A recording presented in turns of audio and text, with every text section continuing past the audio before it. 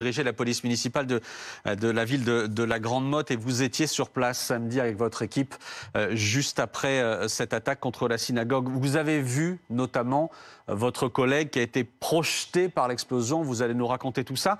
D'abord, quelles nouvelles vous avez de lui? Comment est-ce que lui va ce matin? Alors aujourd'hui, il va bien. Rémi est sorti de l'hôpital samedi soir. Il a pu rencontrer le Premier ministre et le ministre de l'Intérieur qui ont témoigné l'hommage du gouvernement à ce collègue blessé. Sa collègue de travail qui était avec lui va bien également. Rémi a été projeté au moment de l'explosion, sur quelques mètres. On avait peur pour sa santé. On a eu très peur. Moi, personnellement, j'ai été le premier à lui porter secours et à l'extraire de lieu de l'explosion. Heureusement, les radios et l'échographie, les prises de sang sont bonnes. Il a rejoint aujourd'hui son domicile et est pris en charge par ses proches. Il a aujourd'hui besoin de se reposer. Ce que je tiens à dire et à préciser, c'est que cette synagogue est à proximité immédiate de la brigade de gendarmerie de la Grande-Motte et ce sont mes collègues gendarmes qui interviennent en premier lieu avec des extincteurs et un tuyau pour essayer d'éteindre les différents départs de feu.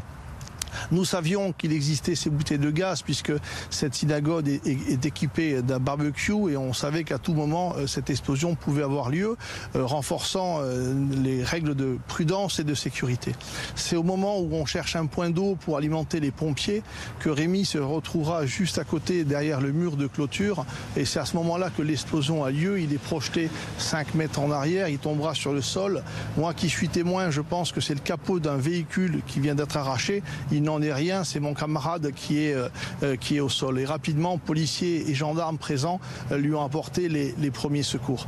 Quand le ministre de l'Intérieur dit qu'on a frôlé la catastrophe, bien sûr, tout ce que vous dites est vrai. Je ne me permettrai pas de remettre en cause les propos du ministre de l'Intérieur. Oui, cet individu est armé d'une hache, il est également armé d'une arme de poing, mais on aurait pu avoir un drame lorsque les gendarmes sont à l'intérieur de la synagogue, procèdent à l'extinction avec les extincteurs des véhicules. Si l'explosion a lieu à ce moment-là, on aurait à déplorer 3 morts dans les rangs de la gendarmerie nationale. Moi, ce que je tiens à saluer, c'est la rapidité d'intervention des différents services, que ce soit la gendarmerie locale, les unités de gendarmerie à proximité, la police municipale bien entendu, et également les services de la police et la gendarmerie nationale, parce que nous avons pu en un temps rapide, et grâce notamment au système de vidéoprotection, que ce soit la vidéoprotection de la synagogue ou les vidéoprotections de la ville, identifier et mettre hors de cause un individu déterminé et on peut que saluer l'engagement des différents services de police et de gendarmerie et de police municipale sur cette intervention. Je voudrais revenir dans le détail sur ce que vous avez vécu samedi matin. Vous, à quel moment vous êtes prévenu? Pourquoi est-ce que vous intervenez? À ce moment-là, qu'est-ce qui se passe concrètement? Alors moi, tout simplement, je prends mon service. On sort d'une manifestation culturelle la veille. Je prends mon service et quand j'arrive sur place, je me rends compte qu'il y a des véhicules qui brûlent à la synagogue. Je me transporte sur place très rapidement. Je suis sur les lieux 5 minutes après l'arrivée des premiers gendarmes et des premiers policiers municipaux.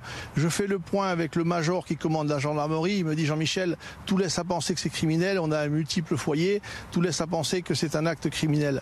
Donc forcément, on se prémunit et on s'attend peut-être à voir surgir un individu ou des individus. Et c'est au moment où on fait le tour du bâtiment, d'abord pour sécuriser le bâtiment, mais également pour chercher un point d'eau, que cette explosion aura lieu. Et qu'est-ce que je vois? Je vous l'ai dit précédemment, d'abord j'entends quelque chose qui tombe à côté de moi, c'est un morceau de barbecue qui est projeté à plus de 80 mètres et qui vient tomber à moins de 2 mètres de ma personne. Et lorsque je me retourne sur le côté nord de la synagogue, pour moi, j'imagine que c'est un capot de voiture qui tombe. Non, c'est pas un capot de voiture, c'est un camarade qui a été propulsé. Je me rendrai compte que c'est réellement un camarade que lorsque j'ai fait mi-parcours pour aller de mon point vers cet individu qui pour moi est un passant au départ, qui crie et qui a mal. Et quand j'arrive à sa hauteur, je me rends compte que c'est un camarade. Donc voilà, j'ai été moi également donc témoin de cette explosion. Cette explosion, elle a été entendue dans toute la ville. Les gens à plus de 500 mètres de là ont vu leurs vitres trembler. On a eu réellement une déflagration au-delà d'un incendie de plusieurs véhicules qui font de la fumée noire. On a vraiment eu une grosse explosion et une boule de feu qui est sortie du mur de clôture. Oui, on a frôlé la catastrophe, bien sûr, mais également pour la communauté et les riverains, puisque nous sommes à proximité de la synagogue. Nous avons des gens qui résident dans cette synagogue. Et puis, il est 8 h du matin, c'est un samedi, on est dans une station touristique. Sur l'endroit où je suis aujourd'hui, il y a des passants, il y a des gens qui vont acheter leur petit déjeuner, il y a des cyclistes, il y a des gens qui passent en moto, il y a des gens qui passent en trottinette. Ils auraient pu eux aussi être blessés par les pièces qui ont été projetées, mais également par l'explosion. Jean-Michel Weiss, quand justement après cette explosion, vous portez secours et vous comprenez que ce n'est pas un capot de voiture, mais que c'est votre collègue qui vient d'être projeté par l'explosion, quel geste vous faites? Comment vous lui venez en aide? Alors la première des gestes, c'est ce qu'on appelle une extraction de secours et d'urgence. On est obligé de l'extraire de sa position parce qu'on est à proximité immédiate du lieu de l'explosion. On a eu une explosion, mais on aurait pu potentiellement en avoir plusieurs. Est-ce que c'est une bouteille de gaz ou des bouteilles de gaz qui ont explosé? On ne le sait pas. Donc avec mes collègues gendarmes et ma collègue policière municipale, on procède à une extraction d'urgence.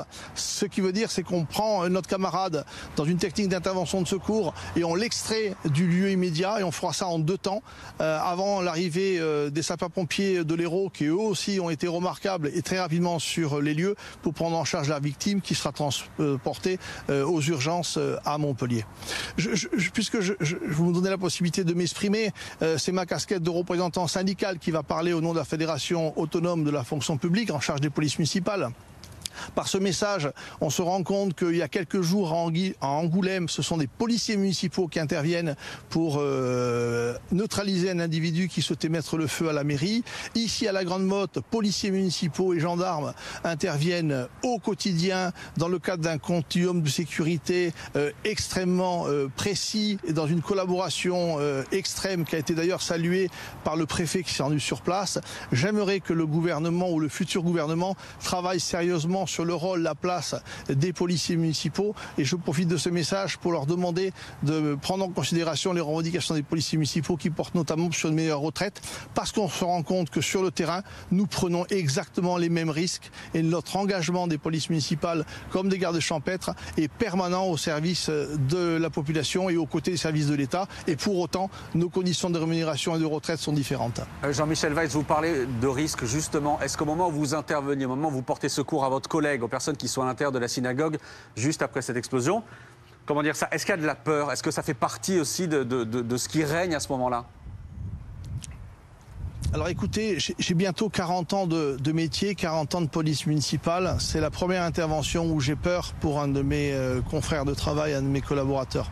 J'ai fait des interventions à risque, j'étais amené à intervenir sur des cambriolages avec des individus armés, des individus déterminés. Pour la première fois de ma vie, au bout de 40 ans, j'ai eu peur pour l'intégrité physique et la vie d'un de mes collègues. Mais cette peur-là, vous ne l'avez pas au moment où vous intervenez. Vous intervenez dans l'urgence, on est sur ce qu'on appelle un effet tuyau. On a envie de sauver la vie de notre collègue, de le protéger, de le mettre en sécurité. C'est 2 heures après où j'ai eu beaucoup plus de mal.